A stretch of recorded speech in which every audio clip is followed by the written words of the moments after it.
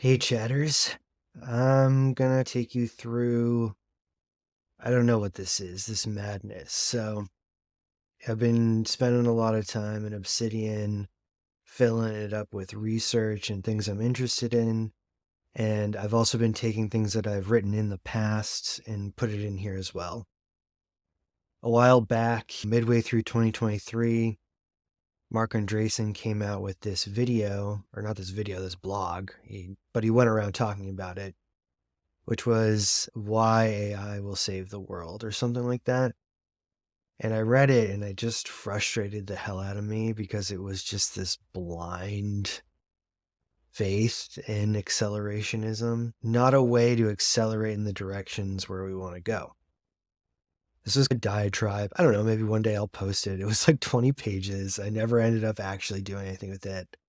And part of the reason was because I didn't want to add to the enragement and the fury that I was feeling when I wrote it, and generally the atmosphere. So what better way than to test out what I've been doing with Obsidian for content creation, using this as a way to, I don't know, create something to help us stop and reflect on the direction we're going. Pretty much what I did, we're going to zoom in here to phase one, which is the blogs. What you always want to be doing is getting stuff written because that's the main modality you can work with.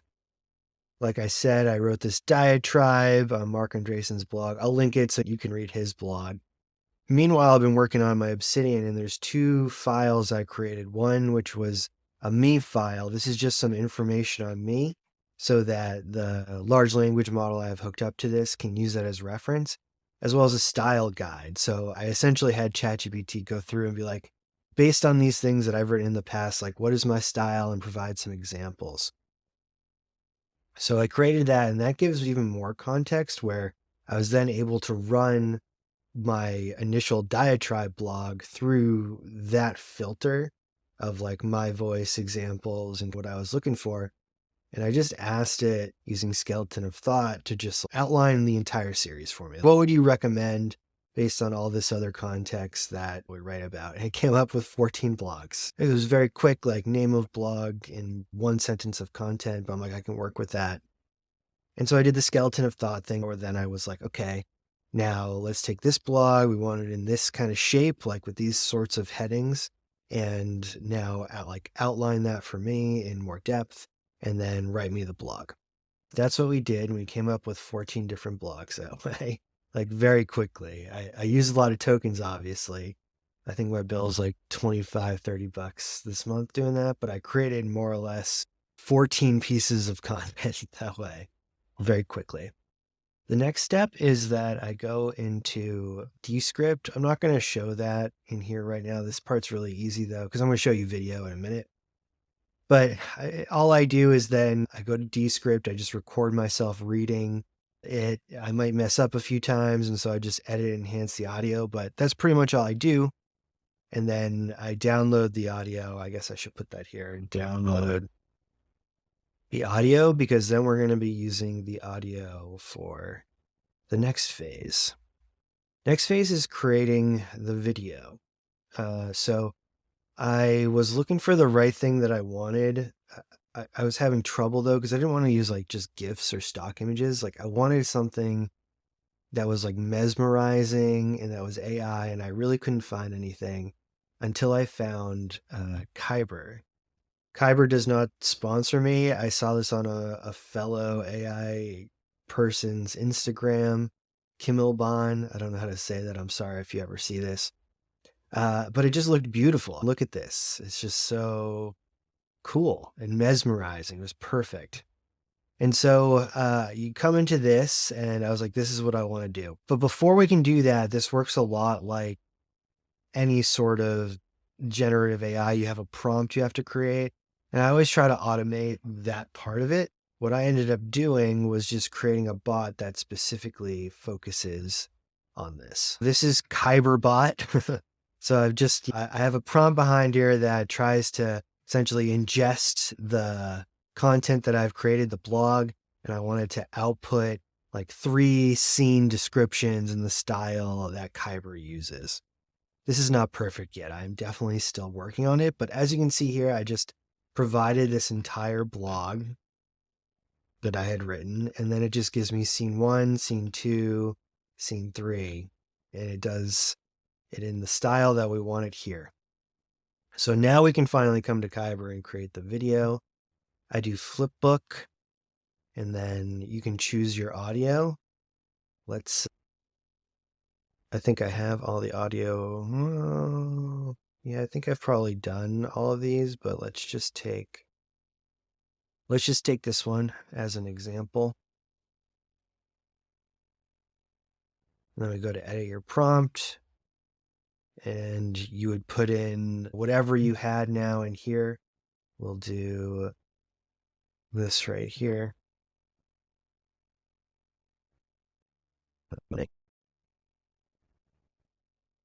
And then you click, and you can use any of these that they have here as examples and styles. Okay, so this is important. You gotta pick the aspect ratio. I do 16:9. And then here's the camera movement. Now, stay away from rotating. This thing is just, it makes you have like vertigo if you do it that way. But I really like the zoom in and zoom out, and then maybe adding a direction to that. It's really nice. I keep these the same. Evolve is just gonna make it like more ridiculous. I might even turn this down. And then how reactive is it to your audio?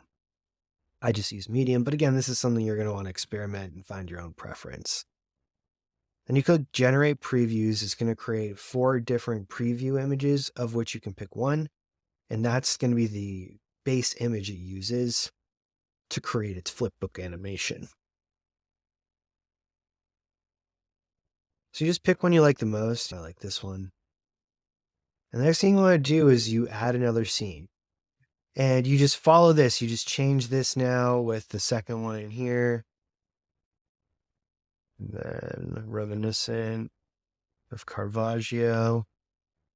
Now, hopefully you know artists better than I do. I'm just shooting from the hip, but you might want to think about if there's certain artists you really, really like. Choose those to go with and give them credit. Okay, so and then you, once you get into here, it's the same thing. You can choose the camera movement, how wild it is, and then here's the timestamp. So let's say we just wanted to change halfway through. And we generate the preview. And while it's generating, you can just keep adding scenes once the scene or the preview is generated. So you can do as many of these as you want to make it change in style or direction or whatever as much as you want. So this is going to be the images it uses. If you don't like this image, you just go back, you change the prompt, and you regenerate.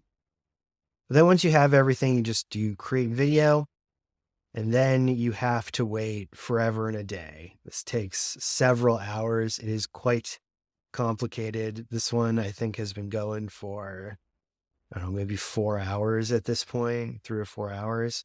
And it's almost there. It's at 90%. It also stays at 90%. But it's a very complex video, so it takes a while. And then once you have the actual video and you watch it and you like it, then you're going to want to upscale it too. You'll have the option to do 4K or 1080p. It has 1080p for me because I've already done 4K, but this takes another long period of time. But once you have all that, you can go to your video and you can download it right to your computer so that we can move on to the next phase. So we've done pretty much all of this. And then we get to this point where if you like it, you download the video. If you don't like it, I don't know, you just wasted a lot of time. But that's okay. Just get back up on the horse and try again. Okay, now we're going to actually edit the video. What we're going to want to do is bring up Descript. Now, I was doing this earlier, so I'm just going to show you. I'm going to stagger it so you can see the different phases because there's more waiting involved. But this one is for murder bots, real exciting / depressing topic. And then we have to bring in all the assets in the video. We're going to start with the assets. I have 2 things I use. One is just my intro little thing. And the second one is I like to have like a little fire crackling sound in the background to make it even more mesmerizing. And then we want to pull in the raw video, which is going to be big. So this one's going to take a little while. Okay, let's hit transcribe. You're going to want to do your voice or whatever. Hit done. And now while that's transcribing, we can start to build out the video. So for me, how I have this set up is I created this in Descript. Let's insert into script. We may or may not have a cat guest. I've created this video here as the intro, but it's a little complicated. But I go by the sound, so I can just click right here, and then I hit slash, and I'll separate the scene. And I just want to have the name of the episode pop up at this point. I add some text. I say 05 Reuters bots. And then, put this at 50, colored orange. And this just makes it so each episode is like personalized or whatever to what the topic is. And then we want to create a sequence between the sound of the fire and the actual video. So we're going to create a sequence. The fire crackling is way too loud, so I move it down to negative 2.5 decibels. That usually works pretty well. And then here, I just keep it the same. And then we want to go to sequences, and we're going to insert this into the script. Make sure you're clicking at the end here so it inserts at the end. Okay. And we're getting there. We're almost there. So now we just got to put the outro in. Noticing too that it keeps the text for the whole thing, but we don't actually want it the entire video. This also, the sound goes longer because I have the fire going. I need to bring this down, and then we'll create another scene here.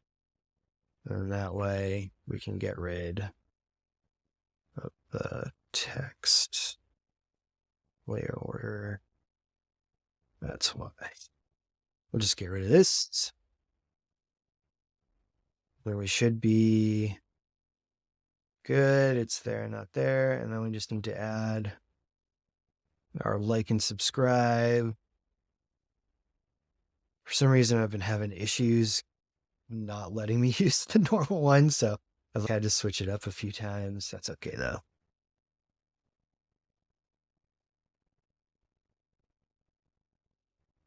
This one seems nice. We'll try it. Seeing this, I don't know why it's doing this to me. We'll pick a different one. Oh, man.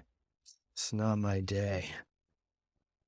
Just doesn't want you to like and subscribe to me, I guess.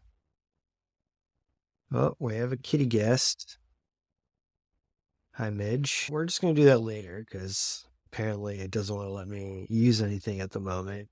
It's this classic of Descript. It does most things well, but, it just breaks down in random other ways. It's pretty buggy. It's probably because it's running a bunch of stuff right now, though. So instead, we're going to do, we'll see if it lets me. We're going to create mini clips just from this. So we're going to ask AI, and we're going to go to find good clips. This does 5. I usually change it to 3. I don't feel like I need 5, especially because this is shorter content. And we're just going to hit enter, and it's going to search for some potential clips we can do. Okay, we're going to select these. Just going to find one we like. This one's in the middle here, so let's choose this one. You see it highlights it, and we're just going to hit duplicate. And now it just create a little side clip animation here. So we have everything pretty much loaded. Now we just want to add captions. So if I click captions, it just puts it here. I have it set up like this just so it does this as a template, but we want to make sure that this is a square. And we also want to make sure that this fills the canvas. So I hit up here to change what it looked like. And then when you click on something in the canvas, you can hit position and you do fill canvas, or you put it wherever you want. This is looking pretty good. So now we want to actually export both of these. We're just going to do this for now so I can show you. You go to video, export, and then you want to put it in whatever folder that you're using. I have this social media clips folder.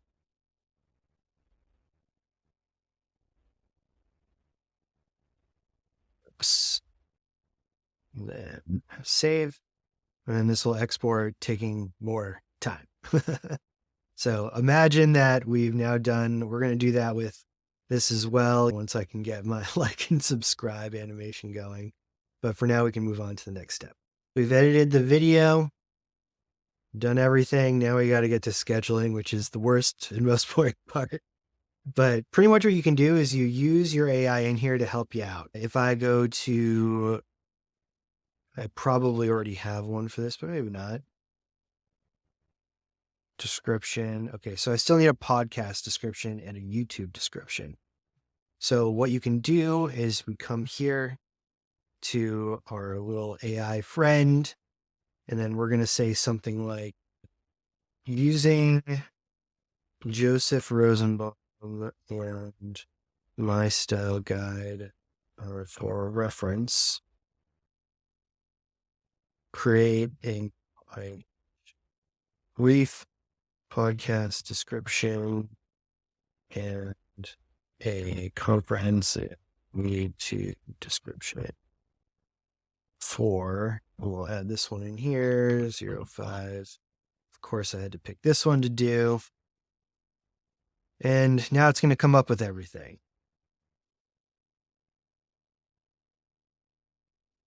Now, as you do your own here, you're going to want to probably define somewhere where you want these to look like, the tone, all that kind of stuff.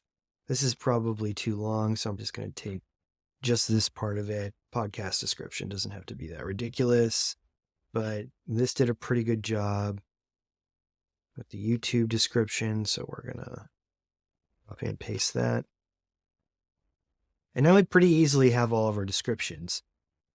Now, while we're doing this, I do want to point out I have this template that I use for everything. And in fact, I'm still updating it, trying to figure out what the best way to do this is.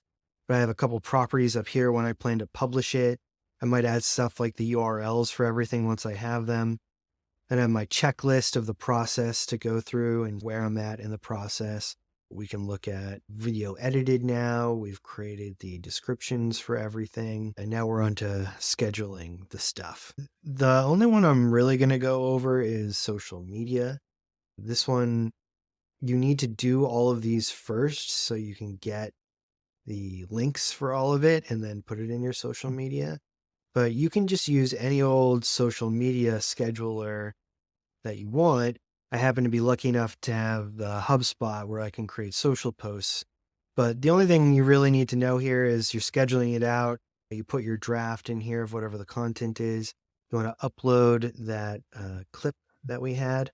You're probably using something different, but now we have this amazing little clip with the captions. So now we have this beautiful little video that's going to show up for folks in their social media feeds. That's pretty much it. You then upload it all onto YouTube.